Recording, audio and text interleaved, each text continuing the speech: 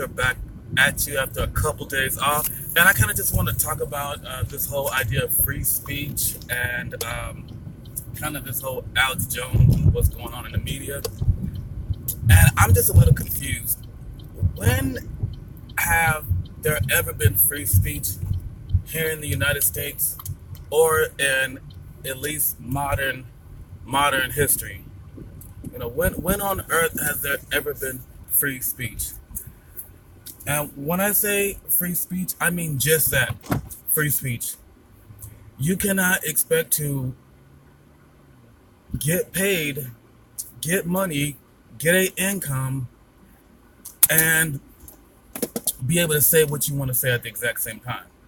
That's not going to happen. It may happen for so long, but after a while, it's just not going to work.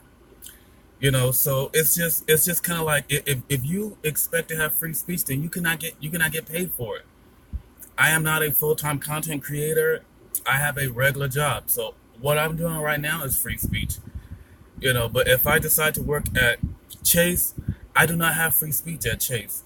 If I decide to be Jamil Hill and work at ESPN, I do not have free speech. If I'm Jamil Hill, if I want to be Rachel Maddow and I want to get paid $30,000 a day, I do not have free speech. I remember I used to love to watch Rachel Maddow. I used to watch her religiously every single day. Besides all the craziness that she's in now, she used to be a very brilliant person, very smart, a very intelligent person.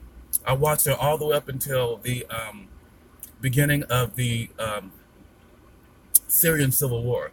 The very beginning of the at the very beginning of the Syrian Civil War, she was all for Bashar al-Assad. She was saying how he was doing everything that the UN Inspector General on nuclear weapons wanted to do, and that he was doing everything that he could, and she was completely for Bashar al-Assad. And she even mentioned how one of the chemical attacks was possibly happened from someone besides Bashar al-Assad. I mean, she was all for him. And then the very next episode, she switched. She switched from being for Assad to being against Assad. When that switch happened, that's when I was done with Rachel Maddow. I could no longer trust her integrity. I could no longer trust her at all, right then and there. Especially when it's so drastic. It's so drastic from one day to the next. From one day you're for President Bashar al-Assad and the Syrian government, and the next day you're against the dictatorous, murderous Assad regime. I don't trust you anymore. But that goes back to my point. Rachel Maddow does not have free speech. How do we expect for our NFL players to have free speech if they're getting paid by other companies? I mean, they get paid by other people. Colin Kaepernick, the only time he had free speech was when he was kicked off of or let go of the 49ers. I believe that's who he played for. That's the only time he was able to have free speech. And by him wanting to go back into the NFL, that's him wanting to give up his rights of free speech. I do not have a full-time job, so I have free speech. I can get on YouTube, but I can do these type of conversations, and I have free speech. But as soon as I start, getting paid by Alphabet, Google, YouTube, whoever the hell, then I don't have any more free speech. So the larger my platform gets, which I don't think it'll get very large, and I hope to Jesus Christ it will not get very large, because the larger my platform gets and the more money I start getting, then the less free speech I have. So while I'm doing this in my car, I have free speech. So we expect for our print media, we expect for our our newspapers, we expect for there to be this whole idea of freedom of the press. How is there freedom of the press when the press are getting paid by the richest man on earth, Jeff Bezos?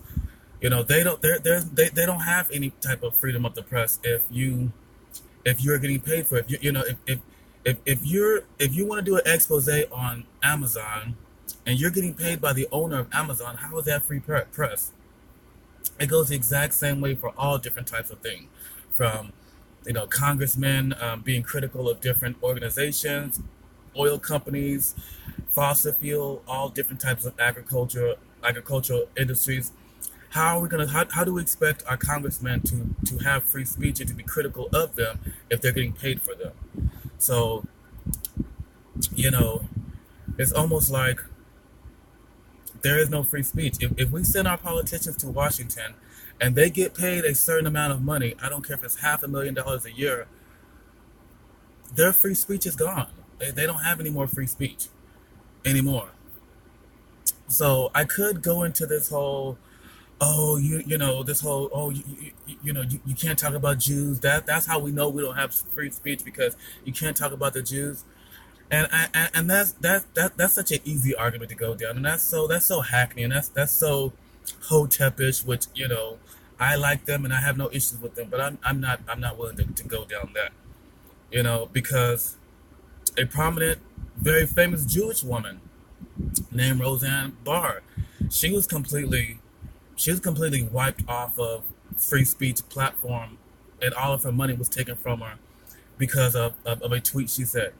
I've always been a huge fan of Roseanne. I grew up in that time. I mean, Roseanne was almost a second mother to me. I felt as if I was a part of the Connor family growing up. So I was very devastated when they took her shows off of some of the local stations. They took her shit off of Hulu. I mean, they took all that stuff. I was extremely devastated, and I wasn't devastated because I felt like she deserved it. I was devastated because of the fact that somehow black people, we are again being we are again being we are again taking the fall and the blame for the we are taking the fall of the blame for the fall of Roseanne, while the fall of Roseanne had nothing to do with racism